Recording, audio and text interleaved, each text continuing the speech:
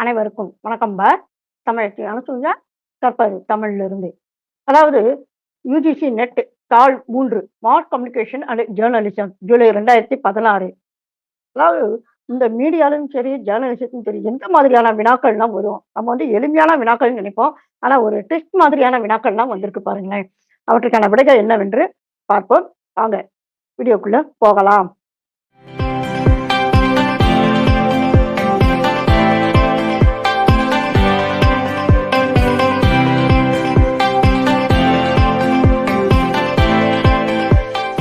The old lady of போரிபந்தர் என்று பிற அறிஞர்களால் கேலியாக அழைக்கப்பட்ட இந்திய ஆங்கில நாளிதழ் த டைம்ஸ் ஆஃப் இந்தியா அந்த இடத்துல நிறுவப்பட்டதினால் அவ்வாறான பெயர் அதற்கு ஏற்பட்டது. 20ஆம் நூற்றாண்டின் தொடக்கத்தில் அமெரிக்காவில் சமுதாய அவலங்களையும் ஊழல்களையும் துணிவோடு வெளிக்கொண்டு வந்த புலனாய்வு இதழாளர்கள் எவ்வாறு அழைக்கப்பட்டனர்? மக்ரேயர்ஸ். அதை நம்ம மக்ரேக்கர்ஸ் குப்பையை கிளறவங்கன்னு அர்த்தம். அந்த மாதிரி இவர்கள் அந்த அவலங்களையும் ஊழல்களையும் என்ன செஞ்சாங்க, கிண்டி எடுத்து வெளியே கொண்டு வந்து காட்டினார்கள். அதனால் அவர்களுக்கு அந்த பெயர். விமர்சிவ் இதழியல் எதனை முதன்மையாக அடிப்படையாக கொண்டது? தன்மை நவிற்சி. 60 மற்றும் 70 ஆண்டுகளில் இலக்கிய நயத்தோடு செய்திகளை எழுதும் புதிய இதழியல் இயக்கத்தைச் சேர்ந்த புகழ்பெற்ற எழுத்தாளர் யார்? டாம் வூல்ஃப் என்பவர். பால் லாசர்ஸ் வுட் மற்றும் ராபர்ட் மெர்டன் ஆகிய இரு அறிஞர்களும் ஊடகங்கள் மூலம் கிடைப்பதை டேக் ஊடக செயல்பாடு என்று கூறினார்கள். தகுதி அல்லது அங்கீகாரம் வழங்குதல். இரு சோபான ஓட்ட கோட்பாடு எந்த ஆய்வுத்துறையிலிருந்து உருவானது? அரசியலிருந்து உருவானது. அதாவது அமெரிக்காவுடைய தேர்தலின் போது, அமெரிக்க அதிபர் தேர்தல் இருக்கு, அந்த நேரத்துல இந்த மாதிரியான ஒரு ஆய்வு தொடங்கினார்கள். உள பகுப்பாய்வு ஊடக கோட்பாடுகளை தீவிரமாக ஆதரித்தவர் யார்? ஜாக்கஸ் லாக்கன். ஊடகங்கள் பிற நாட்டு பண்பாடுகளை திணிக்கின்றன என்று கூறும் சார்பு கோட்பாட்டின் தகவல் தொடர்பு வடிவம் எது? கலாச்சார சாம்ராஜ்யவாதம். ப்ரீவோரி என்னும் தத்துவ தர்க்க அணுகுமுறையின்படி ஒரு மனிதன் ஒரு விஷயத்தை எதன் அடிப்படையில் உண்மையானது என்று நேரடியாக ஏற்றுக்கொள்கிறான். சுய விளக்கத்தன்மை, அதாவது சுயமாக தெளிவாக தெரிவது. ஊடகங்களின் மென்மையான ஆற்றல் எவ்வாறு அழைக்கப்பெறுகின்றது? மென் ஆற்றல். அதாவது வாசகர்களுக்கு தேவையான தகவல்களை மென்மையான சொற்களின் மூலம் மென்மையான வடிவில் தெரிவிப்பதுதான் மென்மையான ஆற்றல்.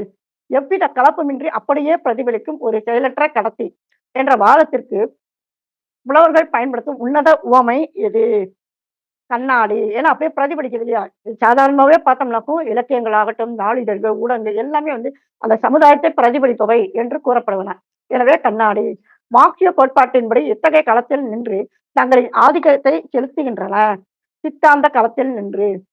ஹாலின் மற்றும் மான்சினின் ஆகியோரின் ஊடக வகைப்பாட்டின்படி சந்தை பொருளாதாரமும் சுதந்திர இதழியலும் கொண்ட உதாரத்துவ ஊடக மாதிரி, அதாவது லிபரல் மாடல் எந்த நாட்டில் காணப்படுகின்றது? கனடாவில் காணப்படுகின்றது. இதெல்லாம் முக்கியமான வினா, அடிக்கடி கேட்கப்படுகின்ற வினா. குறியீட்டியல் பகுப்பாய்வின்படி ஊடகங்களின் செய்திகள் எவற்றின் தொகுப்பாக கருதப்படுகின்றன? அதாவது மாதிரிகளின் தொகுப்பாக கருதப்படுகின்றன. பாரம்பரிய அறிவியல் ஆராய்ச்சி எத்தகைய தர்க்க அமைப்பை கொண்டது? பகுத்தறிதல் அமைப்பை கொண்டது. ஏட்ஸ் திருத்தத்தின் கணித சீரமைப்பு யாது? ஏட்ஸ் திருத்தம். அடுத்து, ஒரு பூஜ்ய கருதுகோளை நிராகரித்து புதிய உண்மையை கண்டறிய தேவைப்படும் எண் மதிப்பு எவ்வாறு அழைக்கப்படுகிறது? கிரிட்டிக்கல் மதிப்பு. அதாவது இது பத்தி ஒரு தனி வீடியோவே கொடுத்திருக்கேன். இப்ப அதை இதுக்கப்புறம் தான் அந்த வீடியோ அப்லோட் பண்ண போறோம். அதை இணைப்பை இணைக்கிறேன், இணைத்து பாருங்கள். அடுத்ததாக, ஏன்னா இது ரொம்ப ரொம்ப முக்கியமானது. இதழியல் அப்படின்னு சொல்லி சொன்னோம்னாலே இந்த நாள் ஹைப்போதீசிஸ் என்பது மிக மிக முக்கியமானது. இது புரிந்து கொள்வதற்கு ஒரு தனி கருத்து வேணும். அதனால தான் அது தனிப்பதிவாக இடப்படுகின்றது. ஆராய்ச்சி கேள்விகள் மற்றும் கருதுகோள்களின் உண்மைத்தன்மையை சோதித்து பார்க்க பயன்படுத்தப்படும் முறையான புள்ளியியல் செயல்முறைகள் எவ்வாறு அழைக்கப்பெறுகின்றன? அல்காரிதம். புள்ளியியல் தானே, அதனால அல்காரிதம். ஒரு பூஜ்ய கருதுகோள் உண்மையாக இருக்கும் போது தவறுதலாக நிராகரிக்கும் அந்த ஆய்வு பிழையின் பெயர் என்ன? முதல் வகை பிழை. அதான் சொன்னேன், இந்த பூஜ்ய கருதுகோள்ன்றது ரொம்ப ரொம்ப முக்கியமானது ஜேர்னலிசத்துல. இது பற்றி ஒரு தனி பதிவு. இப்ப பாருங்க, அதனுடைய மதிப்பீடு எப்படி பிழை நேருது அப்படிங்கிறத பத்தி இங்க கொடுத்துருக்காங்க. இதே மாதிரியான இன்னொரு கருத்தும் கொண்ட வினா இருக்கின்றது. அவற்றையெல்லாம் கொண்ட ஒரு தனி பதிவு. சரிங்களா? ஊடகங்களின் உரைநடை மற்றும் மொழியின் சித்தாந்தங்களை கண்டறியும் டிஸ்கோர்ஸ் பகுப்பாய்வு எதனை முதன்மையாக ஆராய்கின்றது? டிஸ்கோர்ஸ் பகுப்பாய்வினாலே அது மொழிதான். சரிங்களா? மொழி பயன்பாடு அப்படின்னா என்னங்கம்மா அப்படின்னாக்கா, ஒரு நாளிதழ் ஆகட்டும், ஒரு ஊடகமாகட்டும், மக்களிடையே அதாவது வாசகர்களிடையே எவ்வாறு எளிமையான சொற்கள்ல அவர்களுக்கு புரியும்படி எளிமையான நடையில் கொண்டு சேர்க்கின்றது அப்படிங்கிறது தான் டிஸ்கோர்ஸ் பகுப்பாய்வு. சரிங்களா? நேர்மறைவாத புள்ளியியல் ஆராய்ச்சியாளர்கள் தங்களின் ஆய்வு முடிவுகளை சாராம்சமாக தொகுத்து கூற எதனை முதன்மையாக விரும்புகின்றார்கள்? பொதுவான பிரிவுகளை அவர்கள் விரும்புகின்றார்கள். அடுத்ததாக, மூத்த இதழாளர்கள் மூலம் இளைய இதழாளர்களிடம் செலுத்தப்படும் இயல்பான கட்டுப்பாடு எது? முறைசாரா சேனல்கள், அதாவது இயல்பான வழிகள். பன்னாட்டு மனித உரிமைகள் சட்டத்தின் ஓர் அங்கமாக பேச்சுரிமை மற்றும் கருத்து சுதந்திரத்தை முறைப்படி சட்டம் இயற்றி பாதுகாக்கும் மேலை நாடு எது? பிரிட்டன். சர்வதேச தத்துவ அதாவது சர்வதேச தகவல் தொடர்பில் புலம்பெயர்ந்து வாழும் மக்களின் இரட்டை அடையாள சிக்கல்கள் எவ்வகை உலக பிரச்சனையோடு தொடர்புடையது? தகவல்களின் எதிர் ஓட்டம். இதழியல் சாராத பிற வர்த்தக கூட்டு நிறுவனங்களின் பங்குகளை தன்வசப்படுத்தி வைத்திருக்கும் பன்முக ஊடக சொந்த முறை எவ்வாறு அழைக்கப்பெறுகின்றது? கூட்டு பெரு நிறுவன ஊடக சொந்த முறை. அடுத்ததாக, சுதந்திர சந்தை வணிக முறையானது, அதாவது ஃப்ரீ மார்க்கெட், நாளிதழ்களின் நிர்வாக அமைப்பில் எத்தகைய பெருக்கத்திற்கு வழிவகுத்துள்ளது என்று ஆய்வாளர்கள் கூறுகின்றனர்? செல்வந்தர் ஆட்சி, அதாவது பணக்கார ஒரு இதை உருவாக்குகின்றதுன்னா செல்வந்தர் ஆட்சி, அதாவது புளூட்டோகிராட்டிக் அப்படிம்பாங்க. அரசு அதிகாரிகள் மற்றும் அதிகாரப்பூர்வ தரவுகளை எதன் பொருட்டு முதன்மையாக நம்பி இந்த இதழாளர்கள் பயன்படுத்துகின்றனர்? துறைசார் வல்லுநத்துவம். ஏன்னா அந்த அரசு தானே, so அந்த துறை சார்ந்த எக்ஸ்பர்டைஸ் வைத்து அதை பயன்படுத்துகிறார்கள். நாளிதழில் வர இருக்கும் பிற முக்கிய செய்திகளோடு ஒப்பிடும்போது ஒரு புதிய செய்தி எவ்வளவு முக்கியத்துவம் வாய்ந்தது என்பதை குறிக்கும் இதழியல் குறியீடு எது? செய்தி சார்பியல். அதை ஒப்புமைப்படுத்தி சொல்றதுனால செய்தி ஒப்புமைன்னு சொல்லுவாங்க. அதாவது மெசேஜ் ரிலேட்டிவிட்டி.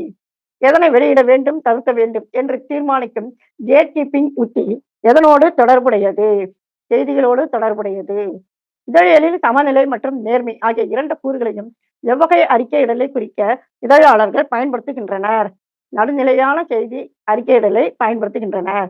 ஒரு தனிநபர் சம்பவமாக மட்டும் சுருக்கி காட்டும் எபிசோடிக் பிரேமிங் எவ்வகை ஊடகத்தின் முக்கிய அடையாளம் ஆகும்? அதாவது ஒருவரை பற்றி மட்டும் தனியா சொல்றது.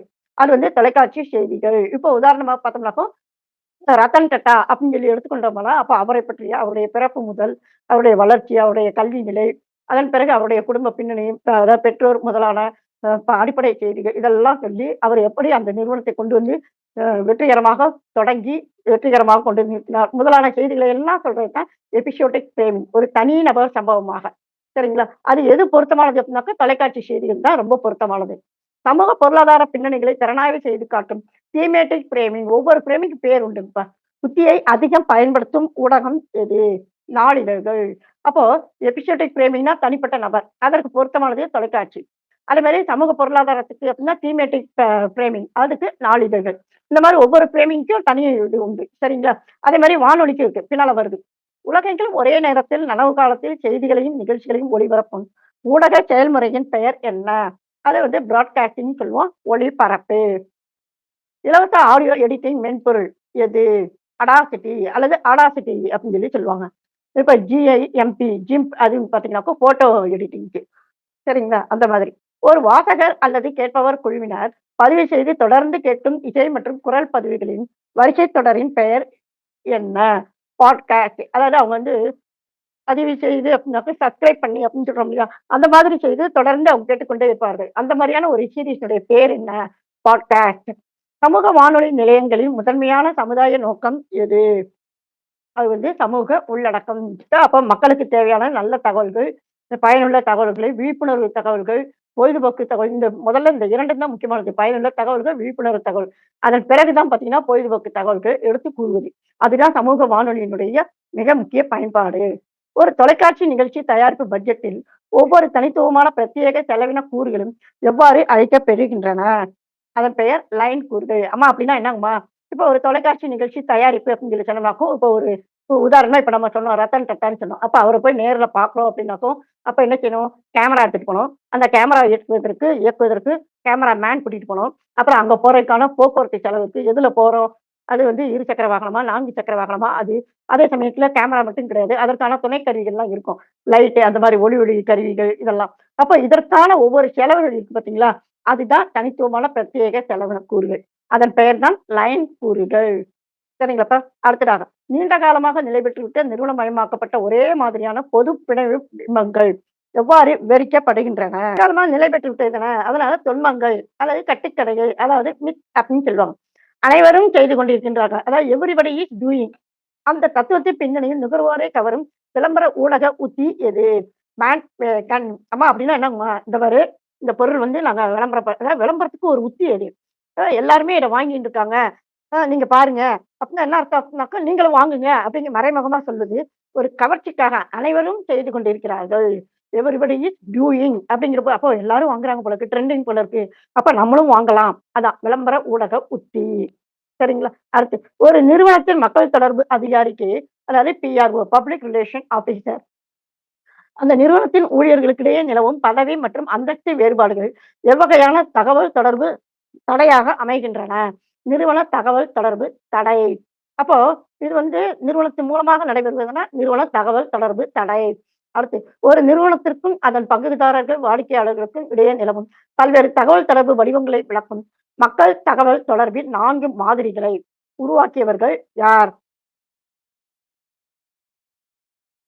இந்த 2 பேரும்ப்பா. அதாவது James Cronic and Todd Hunt. வாகன ஓட்டிகளின் கண்களில் நேரடியாக படும்படி அமைக்கப்படும் விளம்பர போஸ்டர் பேனல்கள் எவ்வாறு அழைக்கப்படுகின்றன? ஹெட் ஆன் சைடு, நேர்முக பலகைகள். அம்மா அப்படின்னா என்னங்கம்மா?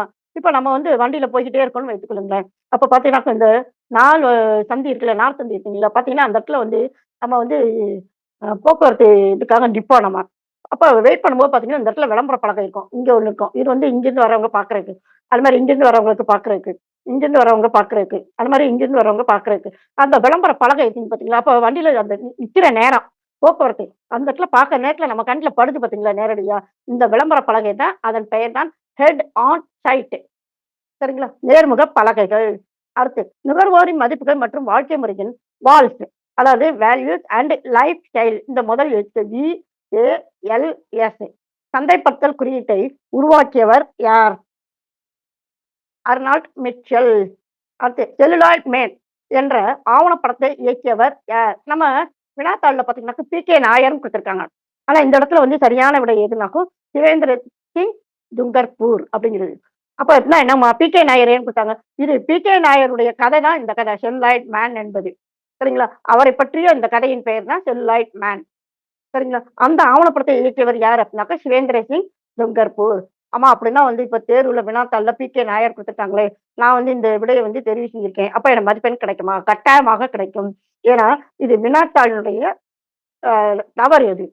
வினாத்தாள் தயாரிக்கப்பட்டவனுடைய தவறு அது. அப்ப நம்ம வந்து இந்த வினாவுக்கான விடையாக இந்த 3வது தெரிவு செய்திருந்தோமானால், கட்டாயமாக இதற்குரிய மதிப்பெண் நமக்கு கிடைக்கும். சரிங்களா? வேற இத வந்து நம்ம தெரிவு செஞ்சோம்னா மதிப்பெண் கிடைக்காது. இத தெரிவு செய்திருந்தோம் என்றால் மதிப்பெண் நமக்கு கிடைக்கும். சரிங்களா? உண்மையாவே யார் அந்த ஆவணப்படத்தை இயக்கியவர் அப்படின்னா, சுரேந்திர சிங் துங்கர்பூர் என்பவர். சரிங்களா? அடுத்து ஜப்பான் நாட்டின் பெர்ஃபெக்ட் டிவியின் சொந்தக்காரர் யார்? ரூபர்ட் முட்டாக். ஒரு வரைபடம் அல்லது கார்ட்டூன் ஓவியத்தின் கீழே அதன் விவரங்களை விளக்கி எழுதப்படும் சுருக்கமான வரி. கட் லைன் சொல்லுவாங்க. ஒரு ஓவியம் இருக்கும். அப்ப அதுக்கு கீழ எழுதுவாங்க. அந்த கட் லைன் வந்து இதழிய மொழியில் எவ்வாறு அழைக்கப்பெறுகின்றது?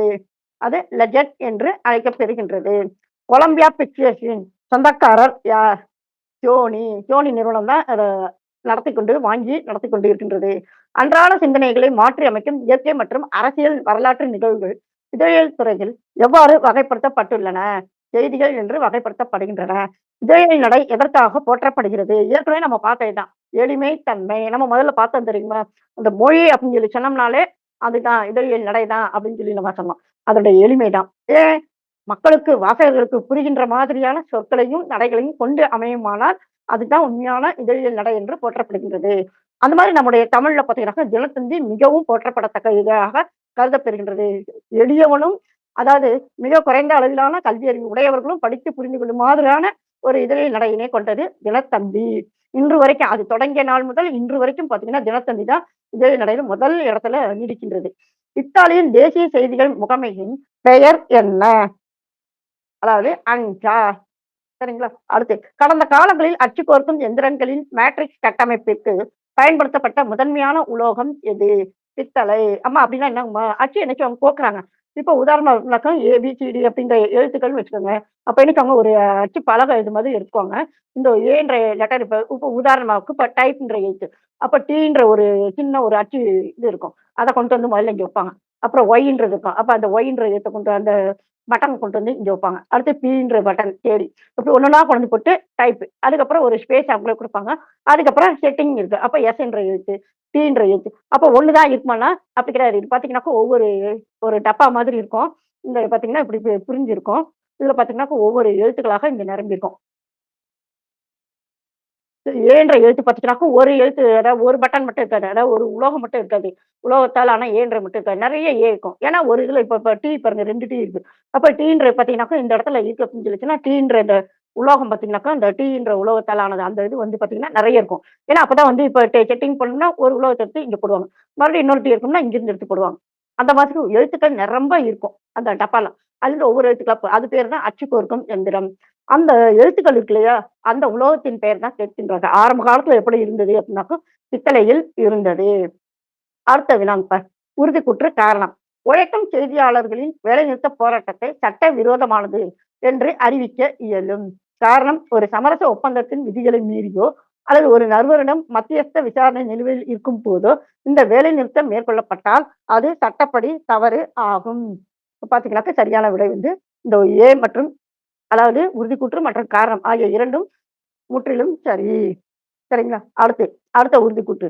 ஊடகங்களின் பார்வையாளர்கள் அல்லது வாசகர்களின் இருப்பை ஊடக நிறுவனங்கள் ஒப்புக்கொண்டாலும், அவர்கள் மீது மிகக் குறைந்த அளவே தனிப்பட்ட கவனம் செலுத்தப்படுகிறது.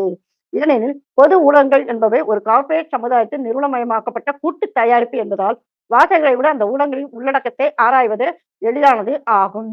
இதுவும் பார்த்தீங்கன்னாக்க உறுதிக்கூற்று காரணம் 2ம் சரி என்பது சரியான விடை. சமூக அடிப்படையிலான தகவல் தொடர்பு உத்திகளை பரப்புவதற்கு தத்துவார்த்த கையாளுதல் என்பது இன்றியமையாதது என்று கூறப்படுகிறது. ஏனெனில், இது ஒரு நடைமுறை சாத்தியமான உன்னத தகவல் தொடர்பு மற்றும் சமூக மேம்பாட்டு கொள்கைக்கான சிறந்த மாற்று வழி என்று கூறுவதற்கு போதுமான வரலாற்று சான்றுகளும், இலக்கிய தரவுகளும் உள்ளன. 2மே சரி. செய்தித்தாள்களை இந்தியாவில் நடத்தும் வெளிநாட்டினருக்கு இந்திய அரசியல் அமைப்பின் 19 அதனுடைய உள்பிரிவு 1 அதனுடைய உள்பிரிவு ஏ பிரிவின் கீழ் வழங்கப்படும் பேச்சுரிமை மற்றும் கருத்து சுதந்திர அசல் உரிமைகள் கிடையாது. ஏனெனில் இந்த பாதுகாப்பு உத்தரவாதமானது இந்திய குடிமக்களுக்கு மட்டுமே பிரத்யேகமாக கிடைப்பது ஆகும். உறுதிக்கூற்று காரணம் 2ம் சரி என்பது சரியான விடை. இப்போ உதாரணமா பாத்தீங்கன்னாக்கா நம்முடைய தமிழ்நாட்டுல இருக்கின்ற சில இதழ்கள் சும்மா விரல் விட்டு எண்ணக்கூடிய இதழ்கள் பாத்தீங்கன்னாக்கா சிங்களத்திலிருந்து நடத்துறவங்க இருப்பார்கள். அதாவது இலங்கையிலிருந்து நடத்துகின்ற அப்ப அவங்க வந்து வெளிநாட்டில் இருந்து கொண்டு நம்முடைய தமிழ்நாட்டில் அவர்களுக்கு இந்த மாதிரியான உரிமைகள் கிடையாது. கருத்து சுதந்திரம், பேச்சுரிமை கிடையாது. சரிங்களா? அடுத்து உறுதிக்கூற்று. ஒருவரது அரசு அறிவுசார் காப்புரிமை அல்லது பதிப்புரிமையை மீறுவது என்பது குற்றவியல் சட்டப்படி அத்துமீறி நுழைதல் என்ற எல்லைக்குள் அடங்காது.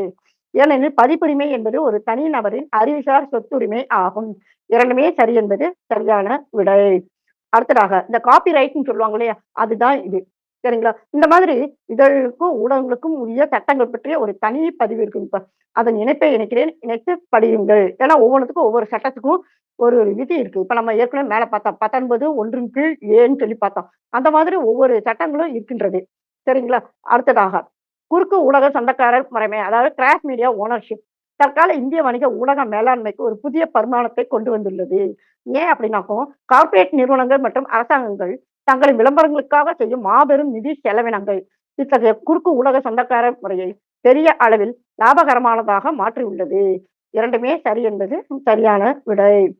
மத்திய அரசால் ஒரு குறிப்பிட்ட செய்தித்தாள் தனது பக்கங்களின் விளம்பரங்களுக்காக ஒதுக்க வேண்டிய இட அளவை சட்டப்பூர்வமாக கட்டுப்படுத்த இயலும். ஏன் அப்படின்னா சமுதாயத்தில் ஆரோக்கியமற்ற மற்றும் முறையற்ற போட்டி சூழலை தடுப்பதுதான் இதனுடைய நோக்கம். இருந்தாலும் ஒரு பெரிய செய்தித்தாள் குழுமத்தின் சுழற்சி அல்லது விற்பனை எண்ணிக்கையை குறைப்பதன் மூலம் இதனை ஒருபோதும் செய்யக்கூடாது. ஐயா நீங்க செய்யுங்க வேணாம் சொல்ல. ஆனா அந்த இதனுடைய குழுமத்தினுடைய சுழற்சி சர்க்குலேஷன் சொல்லுவோம் இல்லையா? அதுவோ இல்ல விற்பனை எண்ணிக்கை செல்லிங் இதுவோ அதையோ வந்து குறைக்கிறது மூலமா இந்த மாதிரி பண்ணக்கூடாது அப்படிங்கிறாங்க. 2மே சரி என்பது சரியான விடை. அடுத்த வினா. இந்தியாவில் பத்திரிகை சுதந்திரம் என்பது ஒற்றை அதிகாரம் கொண்டது அல்ல. ஏனெனில் இந்திய பிரஸ் கவுன்சில் விதிக்கும் கட்டுப்பாடுகள் மற்றும் சமுதாய ஒழுக்க நெறிகளின் கட்டுப்பாடுகளுக்கு உட்பட்டுத்தான் நாட்டின் பத்திரிகைகள் இயங்க முடியும். 2மே சரி. மேஜிக் புல்லட் கோட்பாடு பொது ஊடக நிறுவனங்களை சக்தி வாய்ந்த ஒன்றாக கருதுகிறது. பொது ஊடக நிறுவனம்னாக்கும் செய்தித்தாள்கள், வானொலி, தொலைக்காட்சி இந்த மாதிரி இருக்கின்ற பண்பாட்டு வானொலி, பண்பலைன்னு சொல்றோம் இல்லையா? அது எல்லாமே ஒட்டுமொத்த சமுதாயத்தில் உள்ள மனிதர்கள் அனைவரும் ஒரே மாதிரியான குணநலன்களையும், பலவீனங்களையும் கொண்ட ஒரு பொது கூட்டமாக வாழ்கிறார்கள் என்ற மாஸ் சொசைட்டி தத்துவம் தான் இதற்கு காரணம் ஆகும். 2மே சரி என்பது சரியான விடை. சரிங்கப்பா. இந்த வினாத்தாள்ல பார்த்தீங்கன்னா 75 வினாக்கள் வரைக்கும் இருக்கின்றன. இதோட மீதி வினாக்கள் ஷார்ட் வீடியோவா அடுத்து வர இருக்கின்றதுப்பா. சரிங்கப்பா. மீண்டும் ஒரு புதிய பதிவில் சந்திப்போம். நன்றி. வணக்கம்.